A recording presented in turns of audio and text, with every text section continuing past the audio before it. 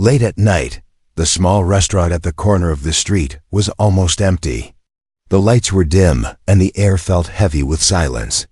The owner sat at a table near the counter, his head resting on his hand, staring at a pile of unpaid bills. His savings were gone, the rent was due soon, and he hadn't had many customers all week. He had worked so hard to keep this place open, but now it felt like everything was slipping away. He had always dreamed of this restaurant becoming a busy, happy place, but lately it was only him, the cold kitchen, and the echo of his own footsteps. The door creaked open, breaking the silence. He looked up slowly. A young woman stepped inside, holding a small boy by the hand. Both looked exhausted, as if life had been too heavy for them. The woman's clothes were worn out, and the boy's cheeks were thin and pale. Their eyes showed hunger and sleepless nights. The owner felt his heart sink. He didn't see customers, he saw two people carrying a story of struggle written all over them. The woman came closer, her voice low, almost shaking. She asked if she could buy the cheapest meal he had. She opened her hand, showing a few coins. Not enough for even one full plate. Her eyes didn't meet his, as if she was used to people saying no. The boy beside her stood quietly, but his eyes were fixed on the food pictures hanging on the wall. He looked so hungry, like he hadn't had a proper meal in days. The owner hesitated. His own fridge at home was nearly empty. He was behind on rent, and business was bad. Every coin mattered right now. But as he looked at the boy's small face and the woman holding herself together with quiet strength, something inside him shifted. He remembered nights from his own childhood when his mother had gone hungry so he could eat. He remembered how one stranger once gave him bread when he needed it most. He didn't know these two people, but he understood what hunger felt like. Without saying much, he told them to sit down at a table. He went into the kitchen and started cooking. He used what little ingredients he had left: rice, some vegetables, a bit of meat, and made a proper meal. The boy's eyes lit up when the plates arrived. The woman tried to say they would share one plate, but the owner shook his head and gave them both full portions. He didn't tell them it was free. He just smiled and said, "Eat." The boy didn't wait long. He started eating quickly, as if he was scared the food might disappear. The woman told him to slow down, but he kept going. She herself ate slowly, maybe because she was tired, maybe because she wanted her son to eat first. The owner watched from the counter, pretending to clean dishes so they wouldn't notice him staring. He told himself it was only one meal, just a small kindness. But the truth was, he felt something warm in his chest watching them eat, like he had done the right thing even if it cost him. When they were done, the woman came to the counter. She tried to give him the coins again. He told her to keep them. She looked at him, surprised. For a moment, it seemed like she wanted to say something, but then her eyes filled with tears she didn't let fall. She only said thank you in a soft voice and went back to her son. The owner didn't ask where they came from or where they were going. It wasn't his business. But he heard the boy asking his mother softly if they could sleep inside because it was so cold outside. The words hit him harder than he expected. He looked at the empty storeroom in the back of the restaurant, the one he used for extra chairs and old supplies. It wasn't much, but it was warm and safe. He walked over to the woman and told her they could stay in the storeroom for the night. She refused at first, maybe out of pride, maybe out of fear, but he insisted. It wasn't right for them to be on the street with a child. She finally agreed, whispering another thank you, her voice breaking this time. That night, as the restaurant lights went out, the owner lay on his small bed upstairs, staring at the ceiling. He was broke, tired, and unsure about the future. But he also felt something he hadn't felt in a long time, like maybe kindness still had a place in this world, even in hard times. He didn't know it yet, but that one simple act was about to change his life in ways he could never have imagined. The next morning, the restaurant owner woke up earlier than usual. He moved quietly down the stairs, wondering if the woman and her son were still asleep in the storeroom. He didn't want to disturb them, but he also couldn't stop thinking about them all night. He kept telling himself he had done a small, good thing, but his mind was full of questions. Who were they? Where did they come from? What had brought them to this point in life? The smell of tea filled the air as he made himself a cup. He heard soft voices coming from the back room. The boy was awake, talking to his mother in a low tone. The owner didn't want to intrude, so he busied himself wiping down the tables. Soon, the woman stepped out. She looked tired but grateful, her son holding her hand tightly. She thanked him again for letting them stay the night. Her voice was steady this time, though her eyes carried a weight that was hard to ignore. She said they would be leaving soon, looking for a shelter or maybe some work. The owner nodded, but something inside him didn't feel right. It was cold outside, and he knew shelters were often full. Before he could say anything, the boy walked up to him shyly. "Thank you for the food," he said softly. His voice was small but clear. It was the first time the boy had spoken directly to him. The owner smiled and ruffled the boy's hair. "You're welcome," he said, feeling his chest tighten a little. As they prepared to leave, the owner found himself saying words he hadn't planned. "You can stay another night if you need to," he offered. The woman looked at him, surprised. She said she didn't want to be a burden. He told her it was no trouble. After a long pause, she agreed. That day, she offered to help around the restaurant. She washed dishes, wiped tables, and even swept the floor. She moved quickly, quietly, as though she was used to hard work. The owner didn't stop her. He figured it was her way of thanking him, and he didn't want to take that away from her. The boy sat at a corner table with a notebook someone had left behind weeks ago. He started drawing simple shapes: houses, trees, a small family. The owner watched as the boy drew a smiling man behind a counter. It didn't take long to realize the man looked a lot like him. Later that afternoon, while the restaurant was empty, the owner overheard the woman talking softly to her son. "Don't worry," she said. "I'll find work soon. Things will get better." Her voice cracked just a little at the end. The owner turned away quickly, pretending he hadn't heard. That night, after closing the restaurant, he brought them both a warm meal again. They all sat together this time, the first time the place had felt alive in months. The woman smiled faintly while the boy laughed at something small, maybe the way the owner pretended to burn his tongue on hot tea. It was a sound the owner hadn't heard in a long time, and it made the empty restaurant feel a little less lonely. When it was time for bed, the woman said softly, "I can look for work tomorrow. I can cook, clean, anything." The owner nodded but didn't answer right away. He knew he couldn't afford to pay anyone, not with business so bad. But at the same time, he didn't want to see them leave. Something about their presence made the place feel warm again. As the lights went out, the owner lay in bed wondering why he felt so connected to people he had just met.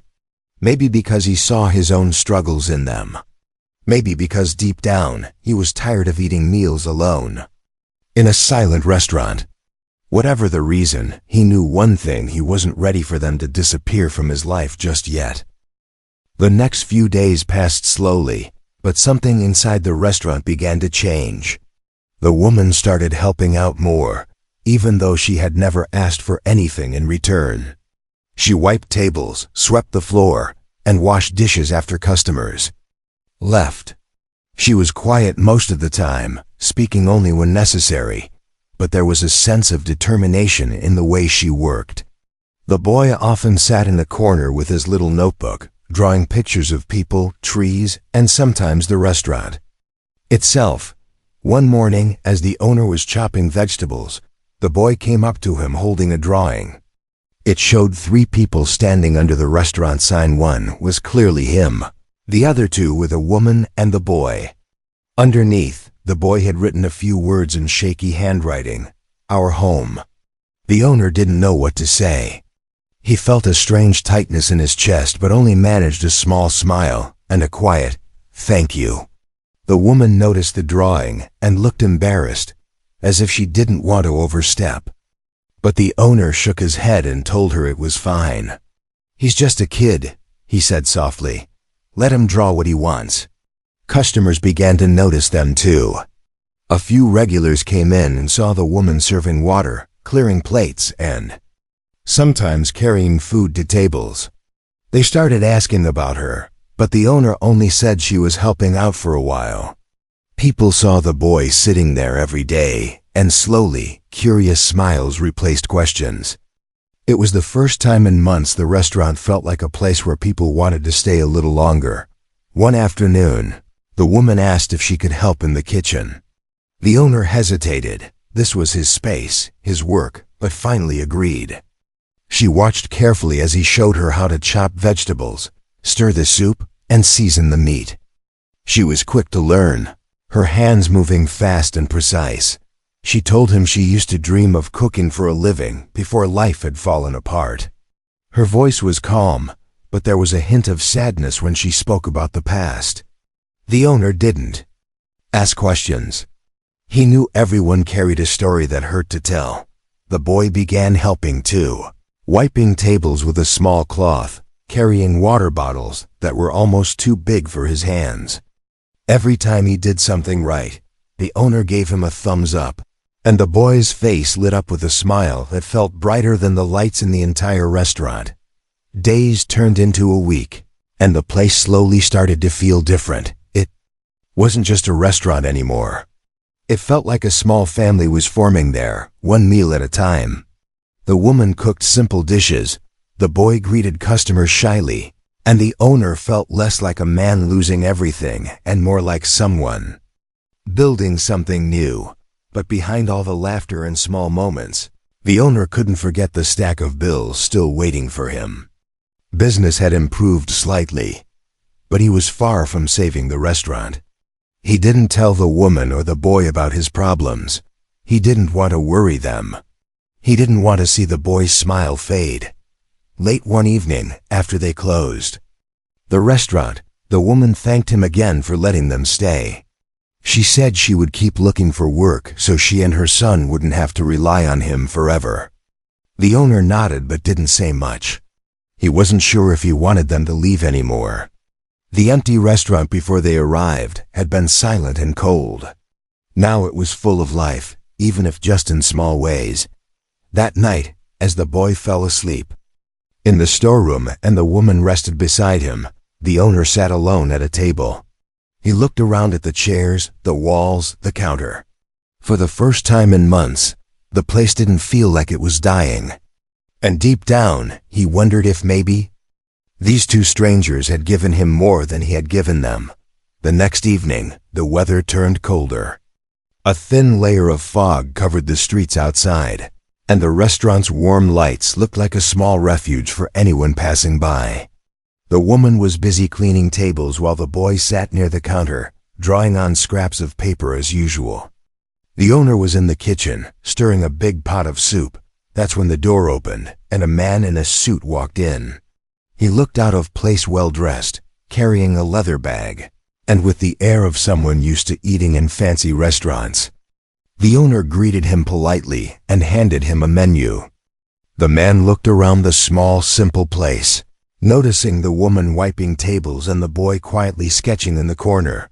He ordered a meal and ate slowly, watching everything quietly as if he was studying the place. The owner didn't pay much attention at first. He was too busy cooking.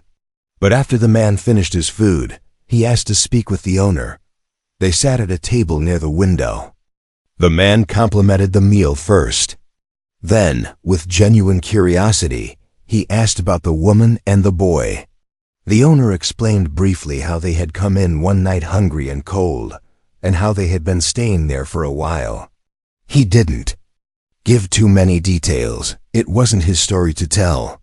But the man listened carefully, nodding slowly. Finally, the man introduced himself. He said he owned a chain of restaurants in the city and was traveling through the town on business. He had stopped in just by chance but was impressed by what he saw, not just the food, but the warmth of the place. People come for meals, he said, but they stay because of how a place makes them feel. Your restaurant has heart. That's rare. The owner didn't know what to say. He wasn't used to compliments, especially these days when all he saw were unpaid bills and empty tables. The man turned his attention to the woman.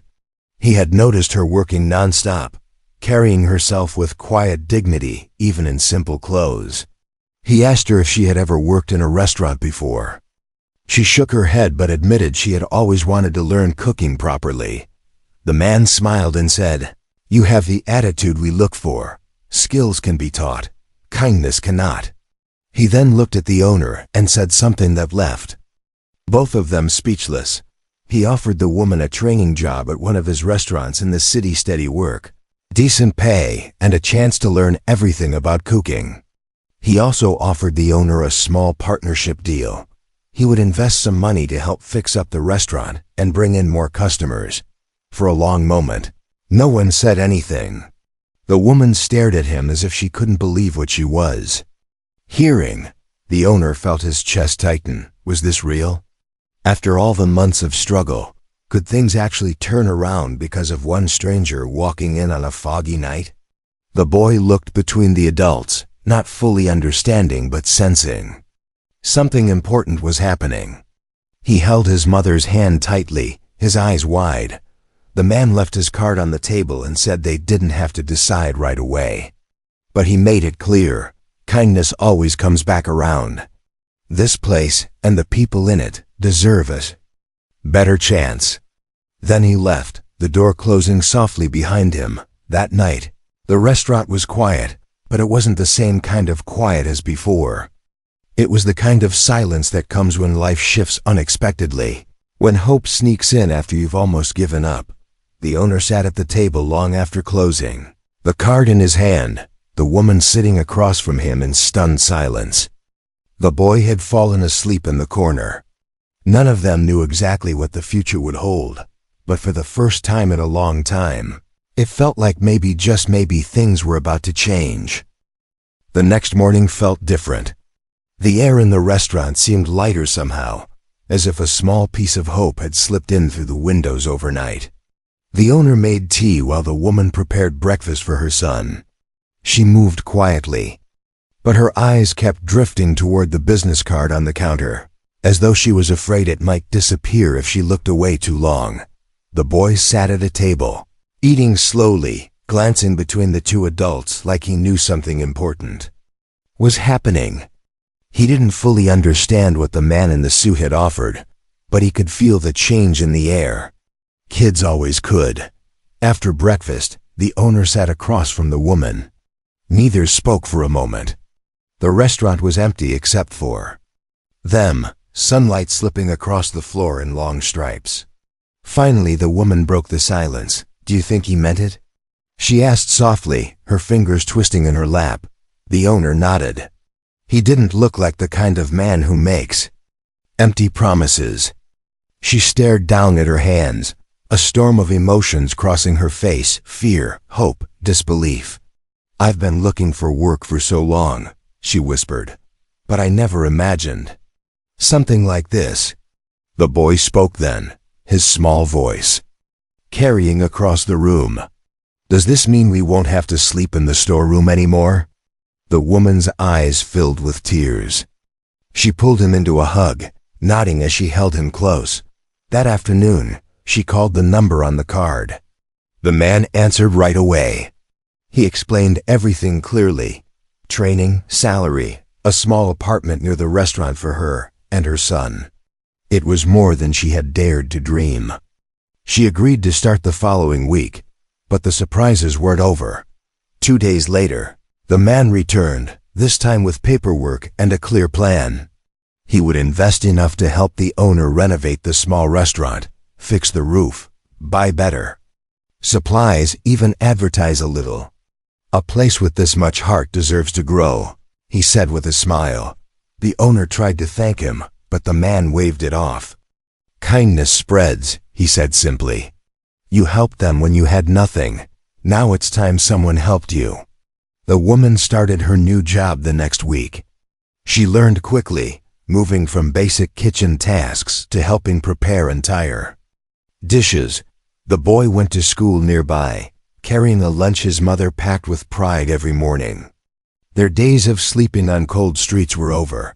Back at the small restaurant, things began to change too. Word spread about the owner who had helped a homeless mother and her child when he had so little himself. More people started coming in, not just for the food, but because they wanted to support a place where kindness lived. Months passed. The restaurant no longer felt like a place on the edge of closing. The bills were paid. The tables were often full. The laughter of customers filled the air where silence used to sit heavy. One evening, the woman and her son came back to visit. She was wearing her new work uniform, the boy looking healthier, happier. They shared a meal with the owner, just like the first night, but this time there was no fear, no hunger, only warmth. As they left, the boy ran back and hugged the owner tightly. "Thank you," he said, his voice full of sincerity far beyond his years. The owner stood at the door, watching them walk away, the streetlights casting long shadows behind them. He thought about how it all began, one cold night, one hungry child, one simple act of kindness. He hadn't known then that helping them would change his own life too, but it had, because sometimes, when you give even a little kindness in a world that feels empty, life has a way of giving it back in ways you never expect.